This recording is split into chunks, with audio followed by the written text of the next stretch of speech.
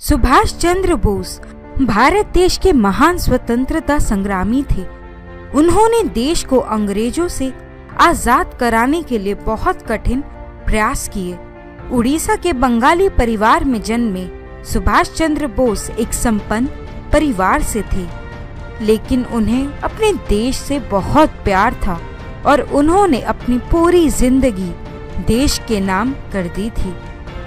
नमस्कार दोस्तों, स्वागत है आपका हमारे YouTube चैनल दीपावली में, जहां आज हमारा चैनल उनके जन्म दिवस के अवसर पर उनको भावभीनी श्रद्धांजलि देते हुए उनके जज्बों को सलाम करता है और उनके जीवन की कुछ झलकियां आपके सामने प्रस्तुत करता है।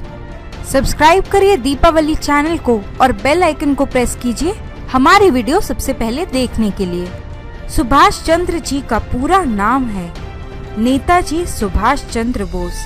उनका जन्म 23 जनवरी 1897 में हुआ था। इनका जन्म स्थान था कटक, उड़ीसा। इनकी माता का नाम प्रभावती, इनके पिता का नाम जानकीनाथ बोस, इनकी पत्नी का नाम था एमिली, इनकी बेटी अनीता बोस। इनकी मृत्यु 18 अगस्त 1945 जापान नामक देश में हुई थी। सुभाष चंद्र बोस जी का शुरुआती जीवन कुछ इस प्रकार से है। सुभाष चंद्र बोस जी का जन्म कटक, उड़ीसा के बंगाली परिवार में हुआ था। उनके 7 भाई और 6 बहनें थीं। अपनी माता पिता की 9वीं संतान थे। नेताजी अपने भाई शरद चंद्र के बहुत करीब थे। उनके पिता जानकीनाथ कटक के मशहूर और सफल वकील थे, जिन्हें राय बहादुर नाम की उपाधि दी गई थी। नेताजी को बचपन से ही पढ़ाई में बहुत रुचि थी। वे बहुत मेहनती और अपने टीचर के प्रिय थे, लेकिन नेताजी को खेल कूद में कभी रुचि नहीं रही। नेताजी ने स्कूल की पढ़ाई कटक से ही पूरी की थी। इसके बाद आगे की पढ़ाई के लिए वे कलकत्ता चले गए। वहाँ प्रेसिडेंसी कॉलेज में फिलॉसफी में बीए किया। इसी कॉलेज में एक अंग्रेजी प्रोफेसर के द्वारा भारतीयों को सताए जाने पर नेताजी बहुत विरोध करते थे। उस समय जातिवाद का मुद्दा बहुत उठाया गया था। ये पहली बार था जब नेताजी के मन में अंग्रेजों के खिलाफ जंग शुरू हुई। नेताजी सिविल सर्विस करना चाहते थे। अंग्रेजों के शासन के चलते उस समय भारतीय के लिए सिविल सर्विस में जाना बहुत मुश्किल था। तब उनके पिता ने इंडियन सिविल सर्विस की तैयारी के लिए उन्हें इंग्लैंड भेज दिया। इस परीक्षा में नेताजी चौथे स्थान में आए, जिसमें इंग्लिश में उन्हें सबसे ज्यादा नंबर मिले। नेताजी स्वामी विवेकानंद को अपना गुरु मानते थे। वे उनकी द्वारा कई गई बातों का बहुत अनुसरण करते थे। नेताजी के मन में देश के प्रति बहुत प्रेम था। वे उसकी आजादी के लिए चिंतित थे, जिसके चलते 1921 में उन्होंने इंडियन सिविल सर्विस की नौकरी ठुकरा दी और भारत लौट आए। नेताजी का राजनैतिक जीवन कुछ इस प्रकार से है। भारत लौटते ही नेताजी स्वतंत्रता की लड़ाई में कूद गए। उन्होंने भारतीय राष्ट्रीय कांग्रेस पार्टी ज्वाइन किया। शुरुआत में नेताजी कलकत्ता में कांग्रेस पार्टी के नेता रहे। चित्तरंजन दास के नेतृत्व में काम करते थे। नेताजी चित्तरंजन दास को अपना राजनीतिक गुरु मानते थे। 1922 में चित्तरंजन दास ने मोतीलाल नेहरू के साथ कांग्रेस को छोड़ अपनी अलग पार्टी स्वराज पार्टी बना ली थी। जब चित्तरंजन दास अपनी पार्टी के साथ मिल रणनीति बना रहे थे, नेताजी ने उस बीच कलकत्ता के नौजवान छात्र छात्रा व मजदूर लोगों के बीच अपनी खास जगह बना ली थी। वे जल्द से जल्द पराधीन भारत को स्वाधीन भारत के रूप में देखना चाहते थे।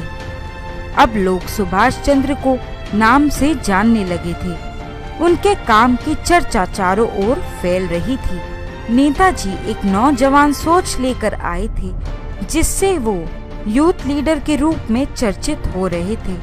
1928 में गुवाहाटी में कांग्रेस की एक बैठक के दौरान नए व पुराने मेंबर्स के बीच बातों को लेकर मतभेद उत्पन्न हुआ। नए युवा नेता किसी भी नियम पर नहीं चलना चाहते थे, वे स्वयं के हिसाब से चलना चाहते थे। लेकिन पुराने नेता ब्रिटिश सरकार के बनाए नियम के साथ आगे बढ़ना चाहते थे। सुभाष चंद्र और गांधी जी के विचार बिल्कुल अलग थे। नेताजी गांधी जी की अहिंसावादी विचारधारा से सहमत नहीं थे। उनकी सोच नौजवान वाली थी, जो हिंसा में भी विश्वास रखती थी। 1939 में नेताजी राष्ट्रीय कांग्रेस के अध्यक्ष के पद के लिए खड़े हुए। इनके खिलाफ गांधी जी ने पटाभी सीतारामैया को खड़ा किया था, जिसे नेताजी ने हरा दिया था। गांधी जी को ये अपनी हार लगी थी, जिससे वे बहुत दुखी थे। नेताजी ने ये बात जानते ही अपने पद से तुरंत इस्तीफा दे दिया था। विचारों का मेल न होने की वजह से नेताजी लोगों की नजर में गांधी विरोधी होते जा रहे थे, जिसके बाद उन्होंने खुद कांग्रेस छोड़ दी थी। अब मैं आपको इंडियन नेशनल आर्मी के बारे में बताती हूँ। INA 1939 में भारतीय विश्व युद्ध चल रहा था। तब नेताजी ने वहां अपना रुख किया। वे पूरी दुनिया से मदद लेना चाहते थे, ताकि अंग्रेजों को ऊपर से दबाव पड़े और वे देश छोड़कर चले जाएं। इस बात का उन्हें बहुत अच्छा असर देखने को मिला, जिसके बाद ब्रिटिश सरकार ने उन्हें जेल में डाल दिया। जेल में लगभग 2 हफ्तों तक उन्होंने न खाया न पिया। उनकी बिगड़ती हालत को देख देश में नौजवान उग्र होने लगे और उनकी रिहाई की मांग करने लगे। तब सरकार ने उन्हें कलकत्ता में नजरबंद कर रखा था। इस दौरान 1941 में नेताजी अपनी भतीजी शिशिर की मदद से वहां से भाग निकले। सबसे पहले वे बिहार के गोमाहा गए। वहां से वे पाकिस्तान के पेशावर जा पहुंचे। इसके बाद वे सोवियत संघ होते हुए जर्मनी पहुंच गए, जहां वे वहां के शासक हिटलर से मिले। राजनीति में आने से पहले नेताजी दुनिया के बहुत से हिस्सों में घूम चुके थे। देश दुनिया की उन्हें अच्छी खासी समझ थी। उन्हें पता था हिटलर और पूरा जर्मनी का दुश्मन इंग्लैंड था। ब्रिटिशों से बदला लेने के लिए उन्हें ये कूटनीति सही लगी और उन्होंने दुश्मन के दुश्मन को दोस्त बनाना उचित समझा। इसी दौरान उन्होंने ऑस्ट्रेलिया की एमिली से शादी कर ली थी, जिसके साथ वे बर्लिन में रहते थे। उनकी एक बेटी भी हुई, अनीता बोस।